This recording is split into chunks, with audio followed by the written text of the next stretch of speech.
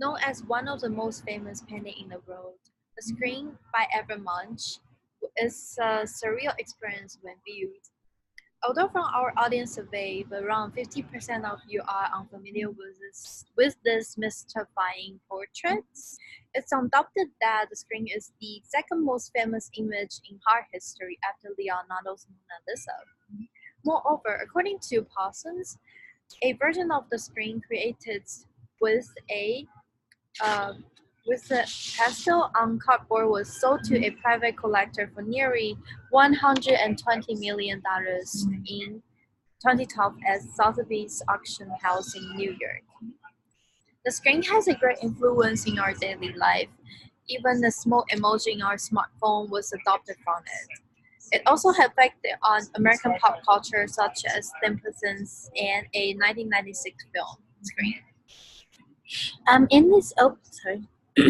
Today, by using professional sources from art curators, professors, and artists, we will discuss this painting through an analytical lens at depth. In this speech, we will first talk about the influence of the screen on the art world and American pop culture. Then we will provide a little bit of background on the painting. And lastly, we will discuss the artist's inspirations behind the painting. What has been influenced by the screen? According to BBC Arts, the screen's power has catapulted into everyday life and has even been turned into a popular emoji. In addition, throughout American pop culture, the Scream has inspired everything from the 90s slasher film The Scream to the movie Home Alone and even The Simpsons.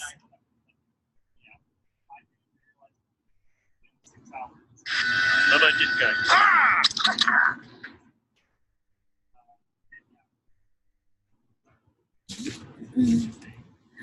More than that, the Scream has not only appeared within modern world and American pop culture, it also has an influence in the art world as well.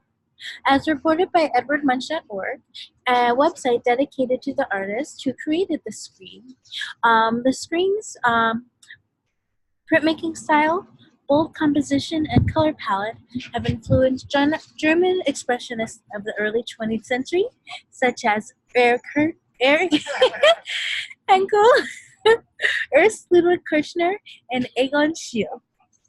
Here, in the painting by Erich Henkel, who looked for Munch for inspiration, Henkel turned the screamer into a man standing on a battlefield, looking as though he was stunned. And the next slide, Head of a Sick Man, by Ernst Ludwig Kirchner. Kirchner dissolves the line between printmaking and painting, which makes his artwork look almost the same as Munch's.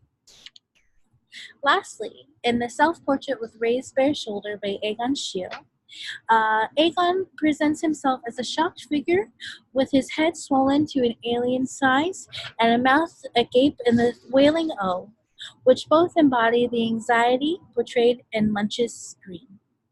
At this point, since we have known the matter of this incredible painting, why not learn more about its background and inspirations?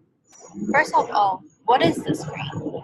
The Screen is an icon of modern art.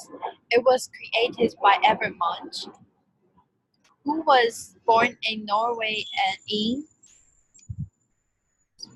in 1863 and is best known as an expressionist painter.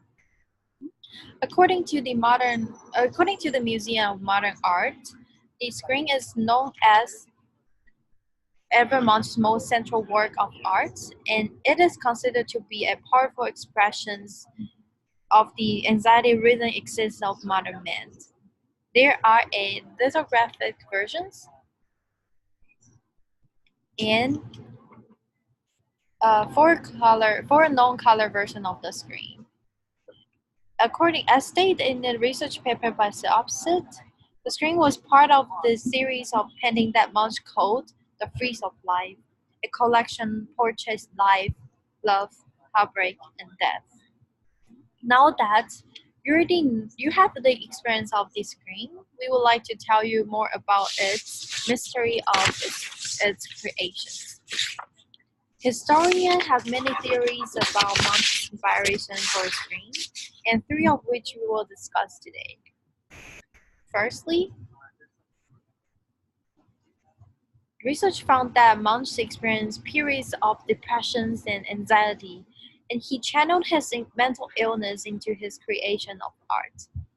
He applied his depression thence to human as well as nature.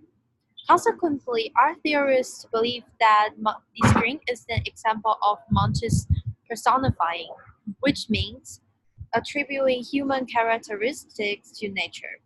This act of personification is demonstrated by an expert from Munch's diary. Suddenly, the sky turned as red as blood. Tongues of fire and blood stretched over the bluish-black yard. Then I heard a numerous infinite scream of nature. This quote from Edvard Munch's diary is one of the inspiration of the screen, as stated by the research paper by the opposite. Secondly, researchers indicates that Munch might be inspired by an 1889 archaeological exhibition in Paris, a Peruvian mummy. This Peruvian mummy in Paris has influenced the depiction of the man figure in the screen, which is with his hairless and contorted face. However, there is no strong evidence that supports this mummy claim. Lastly, according to research by Prada, Roebuck, and Hamblin, the sounds of an animal being slaughtered in the town where Munch was visiting might be another inspiration for the screen. They found that Munch perhaps walked on the path where a slaughterhouse and a mental asylum were located nearby. The reason why Munch was walking on the path is because he was visiting her sister, who was admitted into the asylum which nearby the slaughterhouse.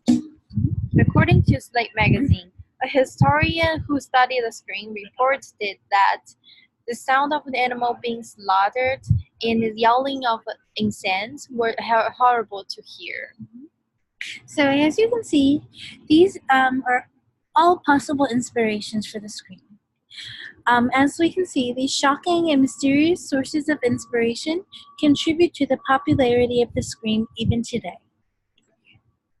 And looking at the lasting impression it has had on the world, the composition of the artwork, and the inspirations for the screen, we can see how important this piece of artwork by Edvard Munch is.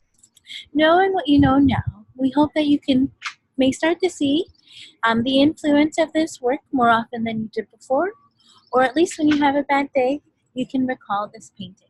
Thank you for listening.